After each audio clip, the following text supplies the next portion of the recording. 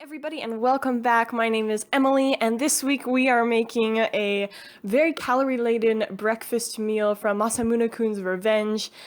This guy, the main character Masamune, doesn't want to eat an unhealthy breakfast, but his family disagrees with him. And I thought, what better thing to make for the new year than a very unhealthy breakfast? So this is chicken karaage, we've got donuts, and karaage. Let's get started with the chicken karaage. The first thing that you are going to need is to gather the ingredients. So you need chicken thighs, you're going to need oil for frying, you're going to need sesame oil to season, salt and pepper, of course, a mixture of cornstarch and flour, sake, soy sauce, this is garlic and ginger, and then also a little bit of sugar. And all the measurements are going to be down below. The first thing you want to do is cut your chicken thighs into bite-sized pieces. These should be boneless, skinless chicken thighs. And you can cut off some of the fat or just trim it off. I left most of it on just to give the chicken a little bit more flavor, a little bit more squish factor. It's more unhealthy that way too. So you want to cut these things into bite-sized pieces and then put them all into a Ziploc bag or some kind of resealable bag, and into that bag you're going to add all of the ingredients that I just said, except for the flour and cornstarch. So put in the garlic, the ginger, the soy sauce, and then the sake, the sugar, and sesame oil, and of course salt and pepper, and season generously with the salt and pepper. Then you're going to close with the bag and shake it all up so that it's all mixed together very nicely. And once it's all mixed together to your heart's content, slap it in the fridge for about a half an hour to a full hour just to let it all marinate and get ready to go. The next thing we're going to start getting ready is the karaage. So you need water, an onion, some carrots, a potato, and this is curry roux. I've got kokumaro, I think, and mine is medium hot, but I recommend getting spicy because they're not actually that spicy. So you want to cut up your vegetables into bite-sized pieces, starting with your potato.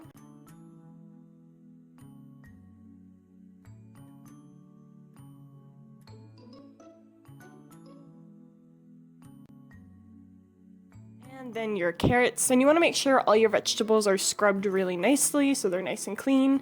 And again, just bite-sized pieces with these. And then we're going to move on to the onion. You can discard those little tops there. So the onion is next. Go ahead and just cut in half.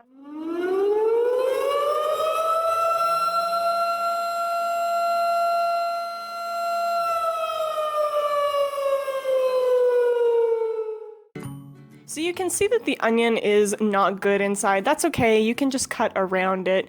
I was a little flummoxed at first when I saw this, but if you just cut around it, it's fine. The outer leaves of the onion are still edible. So just cut those into bite-sized pieces again.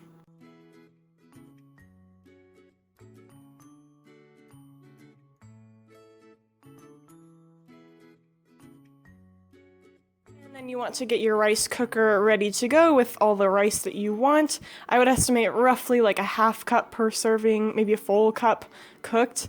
And then we're going to get some heat going on in a big pot, and we're going to saute our vegetables, starting with onion, then, well, you can just pile everything in all at once. We're just going to saute these for about 5 minutes or so, and then add in the water and stir. You want to let that just simmer for a good 15 minutes until a knife can go pretty easily into the carrot and the potato. It doesn't have to slide right in. There could be a little resistance, but you want it to be a good, chewable texture. And then when it's all ready to go, you want to take your curry roux and break it into fourths. It kind of does it for you. You can just press down in the middle and sprinkle that or spread each chunk around your stew pot, and then stir everything together until all those curry pieces melt. And then let simmer for just a couple minutes, cover and take off the heat and set aside. We'll come back to that later. Let's get back to the chicken karaage though. So you want to take your chicken out of the fridge at this point, add it to a bowl. And remember that cornstarch and flour mixture we had earlier? Give that a whisk to make sure it's all incorporated together, and then throw that in the bowl with the chicken.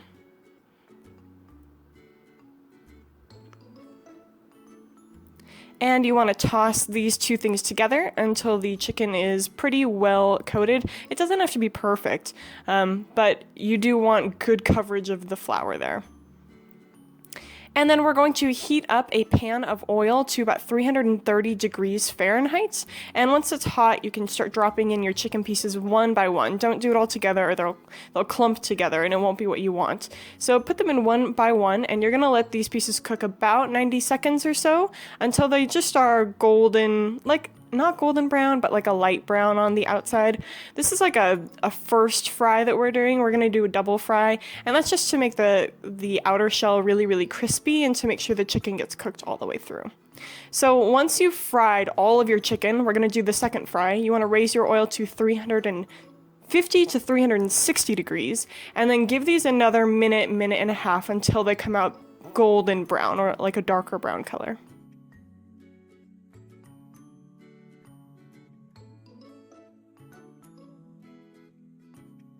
And you can just take all of those out and pile them onto a plate, ready to be served to whoever is going to be victim or winner of your calorie-laden breakfast.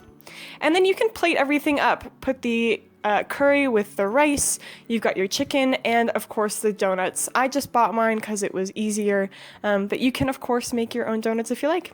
Anyway, thanks for watching. A recipe is in the description. Leave a comment if you liked it. Leave a like if you liked it. Let me know what you want to see in the future, and have a great day. Thanks for watching. Bye.